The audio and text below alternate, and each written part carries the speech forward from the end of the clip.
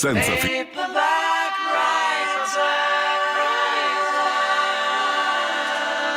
Va ora in onda Alta Tiratura con Alessandro Gnocchi.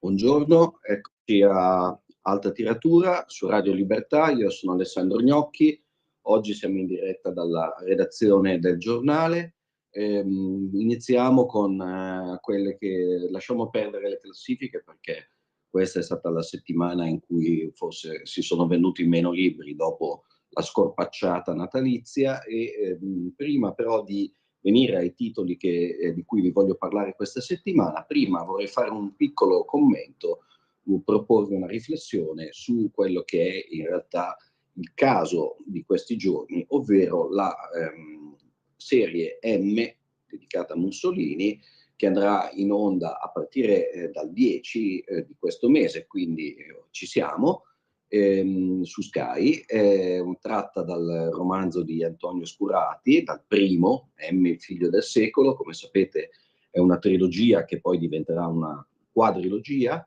tetralogia, scusate, e appunto questo prodotto è pubblicizzato in maniera molto aggressiva, cioè lo trovate spalmato su tutti i cartelloni pubblicitari luminosi della città. C'è questa distesa di braccia tese nel saluto romano e di facce di Mussolini, neanche nel ventennio probabilmente l'immagine di Mussolini era stata così dominante.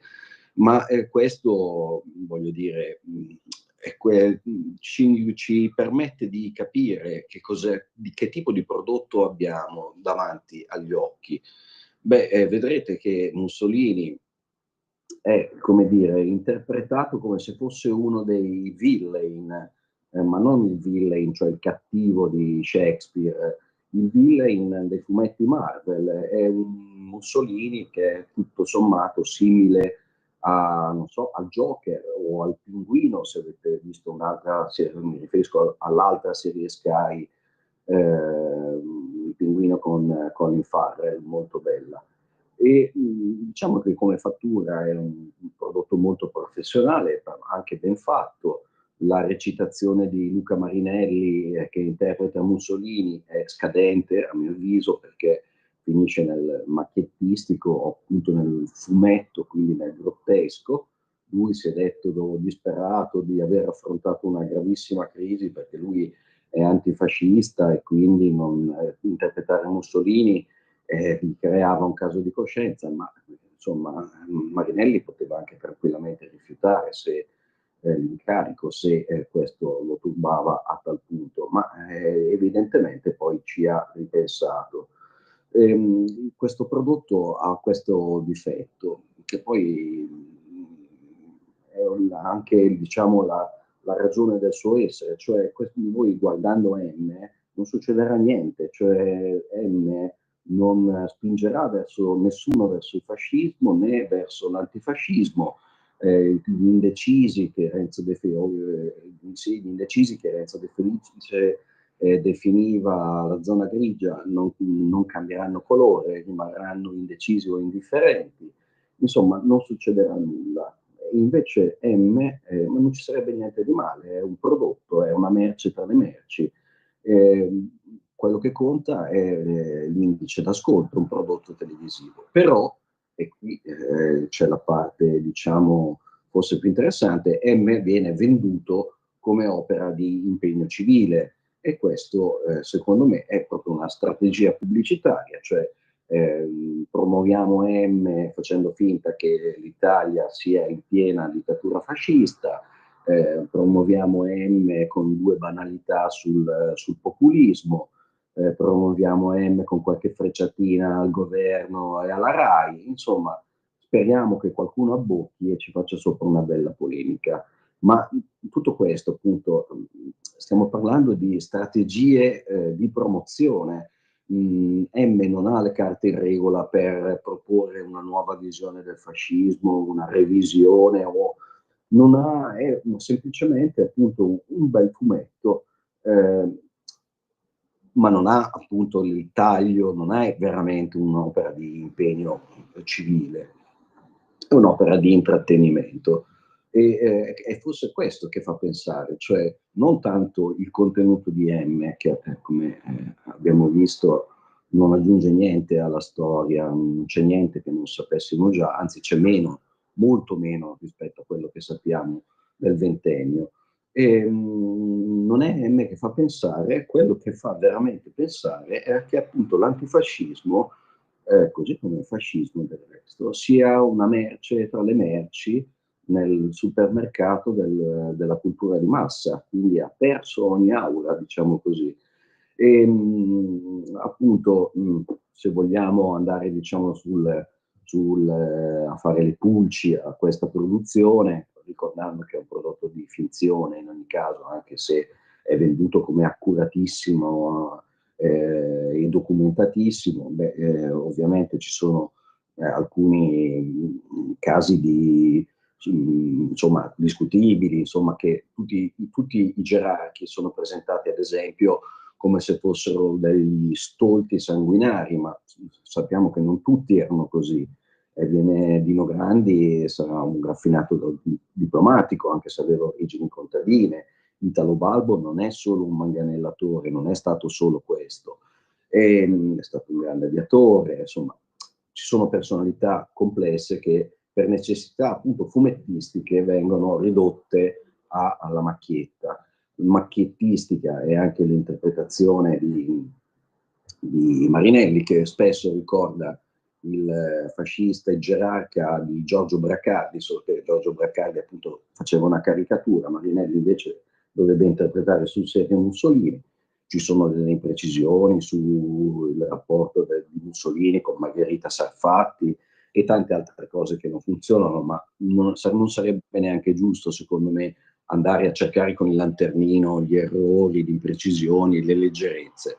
Quello che invece è giusto è dire che questo non è impegno civile, questa è pubblicità, promozione e, come dire, un prodotto di intrattenimento che va per la sua strada e finisce appunto in una corsia del supermercato della cultura di massa, come tutte le altre serie TV.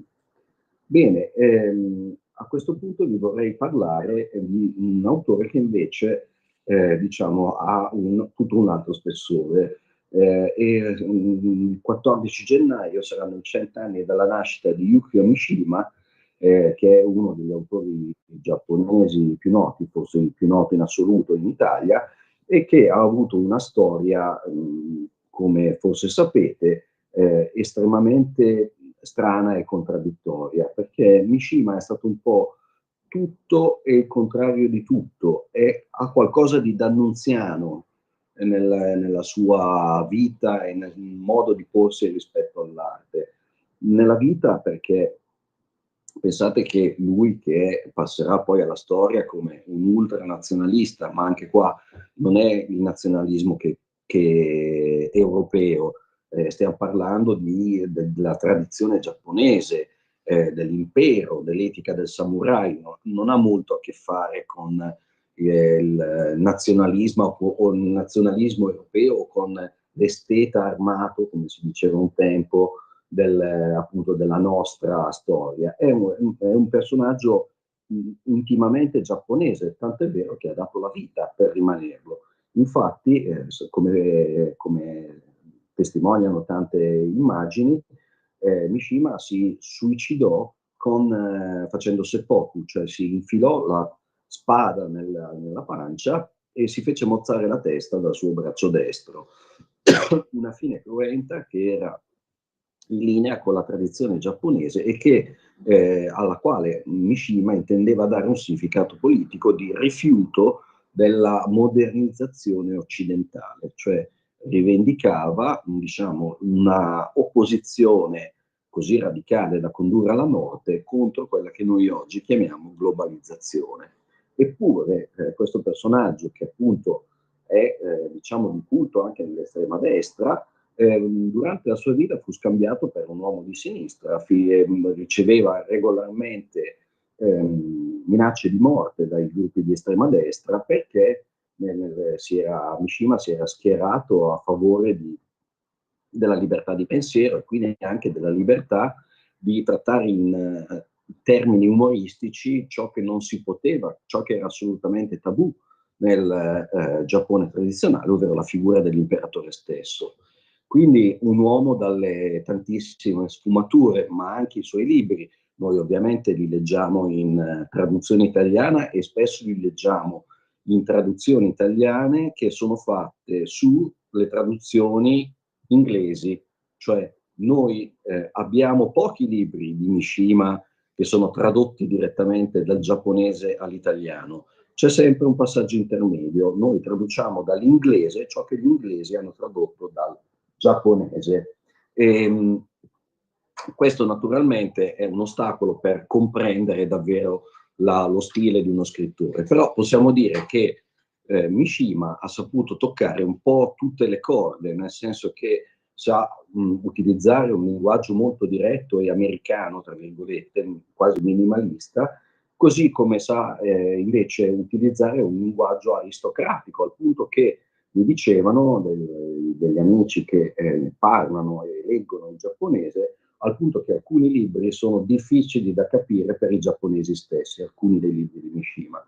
Non è che ci siano state in Italia delle grandi operazioni editoriali per festeggiare il centenario, però una sì, merita di essere segnalata, la vedete in sovrimpressione, è il suo romanzo più famoso, Confessioni di una maschera, e questo per la prima volta è una traduzione condotta sull'originale giapponese, quindi contiene delle parti che non abbiamo mai letto, anche se questo è un libro di culto per molti, qua troveranno una versione molto diversa da quella che hanno già letto in precedenza. L'editore Feltrinelli, il libro costa 20 euro, sono 190 pagine, è il suo romanzo più famoso, come molti sapranno, è anche il suo più grande successo di vendite, è la storia di un uomo che, come dire, la maschera sarebbe la maschera che quest'uomo oppone alla società. Dietro quella maschera c'è un'omosessualità morbosa e decadente che contraddistingueva anche l'uomo in realtà Mishima. Adesso facciamo una breve pausa, ascoltiamo una canzone e poi torniamo a parlare di cultura woke e di politicamente corretto con Andrea Indini che è qua con me al giornale. Ci sentiamo tra un attimo.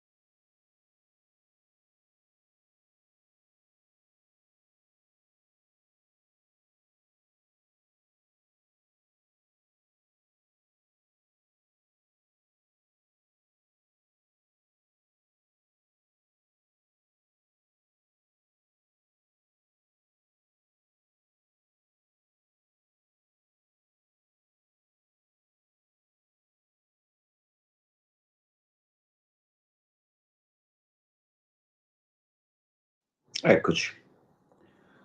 Bentornati ad Alta Tiratura, io sono Alessandro Gnocchi, questa è Radio Libertà, qui con me c'è Andrea Indini, siamo nella redazione del giornale, siamo colleghi che ci diamo del tu, quindi saltiamo le ipocrisie del lei tra vicini di scrivania.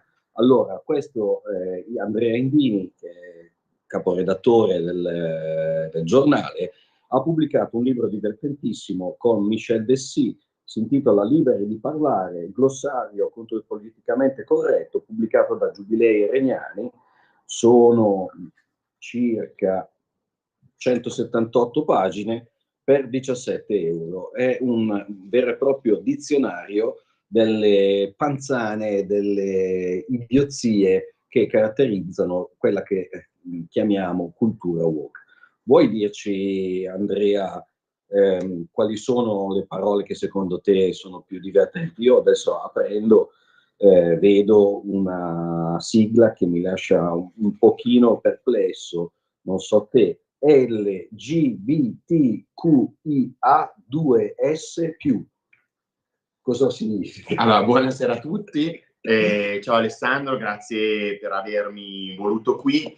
LGBTQ come la conoscete quasi tutti, perché l'avete vista sfilare al Pride, l'avete vista nelle varie richieste, pretese della comunità arcobaleno, e negli ultimi anni è andata a ingrossarsi sempre di più, tant'è che qua è abbastanza lunga, ma negli ospedali inglesi vanta ben 21 sottocategorie, quindi con ognuna anche una bandiera personale per indicare quello che effettivamente rappresenta.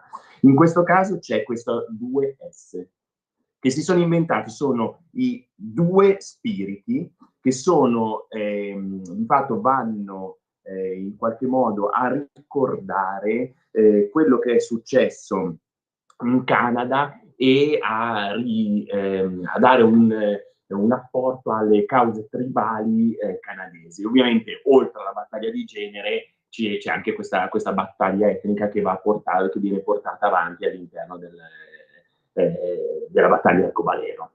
Quindi qui dice che 2S perché uno potrebbe portare dentro di sé uno spirito maschile o uno spirito femminile a scelta, cioè nel senso che appunto tutto il woke o tutto questo genere di politicamente corretto si basa sull'idea che tutto è cultura e niente è biologia, quindi non esistono i sessi maschio e femmina in base agli organi genitali che abbiamo. Ma esiste solo la nostra identità sessuale, è un costrutto unicamente culturale, quindi io posso essere una donna con i genitali di un uomo o viceversa.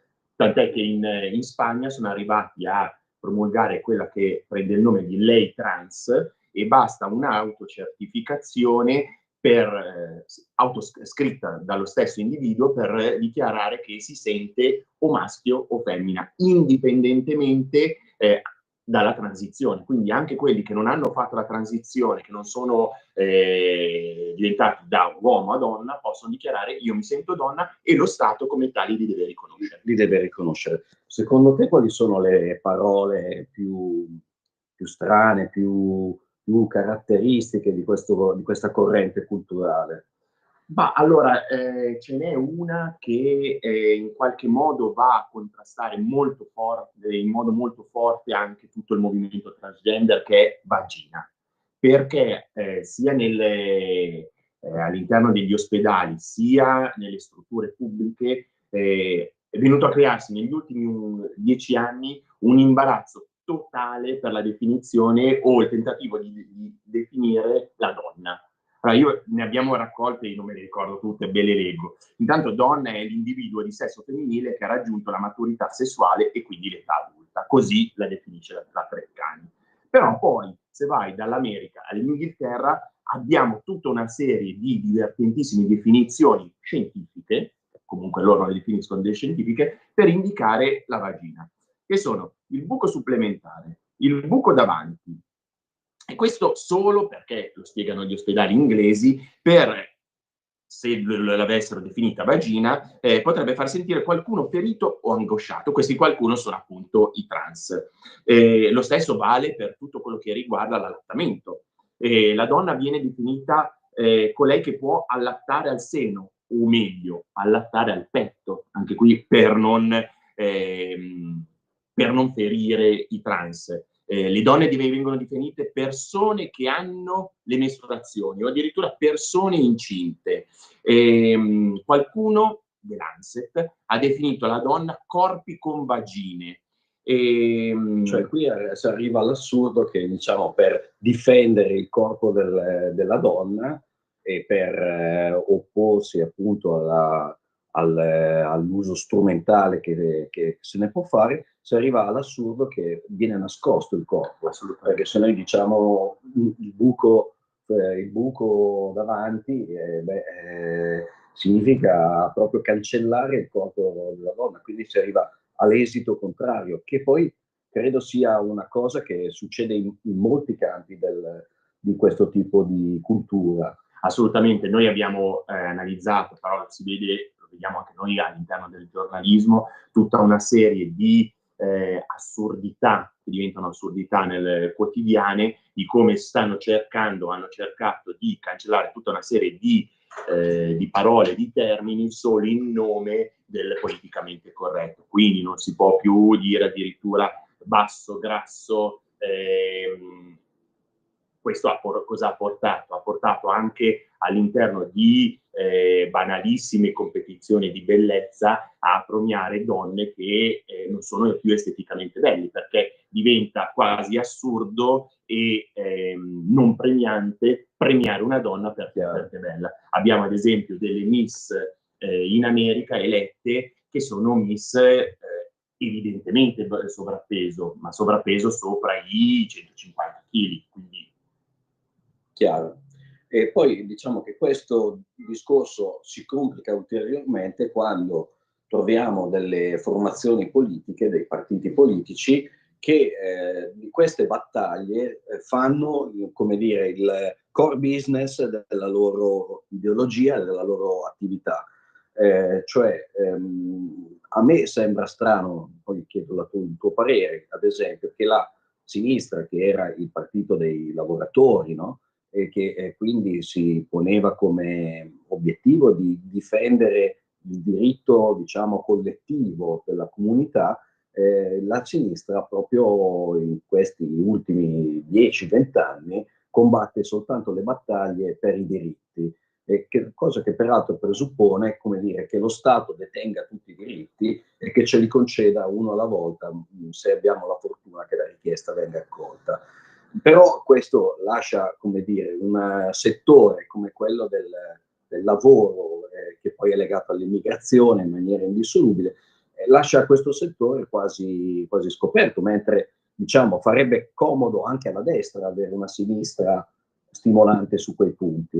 Noi abbiamo dedicato una delle parole che abbiamo analizzato alla sinistra ZTL, e cioè questa sinistra che è barricata all'interno dei centri dorati delle città più importanti dell'Occidente, ed è con una sinistra, come esattamente dicevi tu, ha totalmente dimenticato le fasce più deboli, più povere, per sposare le cause di qualsiasi minoranza. E quindi andiamo a parlare le cause degli immigrati clandestini, andiamo a parlare di un certo tipo di femminismo che porta avanti in modo ideologico le quote rosa, andiamo a parlare delle comunità arcobaleno, di tutte le minoranze etniche possibili e immaginabili. Anche inesistenti. Anche inesistenti, assolutamente. E questo cosa ha portato? A dimenticare quello che è il bene comune e il bene più basilare. C'è un capitolo che secondo me è molto divertente, che è l'autobesità, che non parla appunto di ciccioni o di problemi alimentari, ma parla di auto troppo grosse. Ed è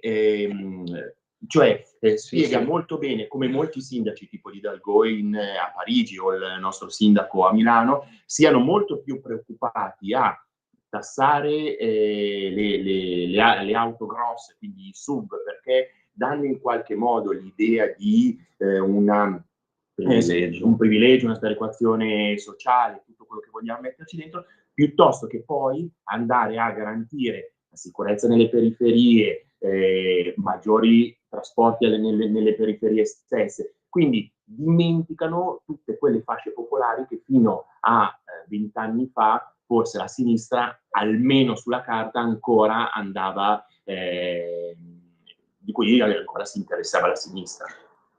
Però anche la destra, diciamo che ogni tanto dovrebbe fare qualche passo in avanti sul costume, nel senso che non si può neanche poi fermare il vento con le mani. Ma però, ecco, ti vorrei chiedere un'altra cosa, cioè non è che il vento sta un po', appunto, si parlava di vento, il vento sta un po' cambiando, cioè l'elezione di Trump, l'avanzata di tutti i partiti di destra in Europa, non è che questa cultura woke ha stufato?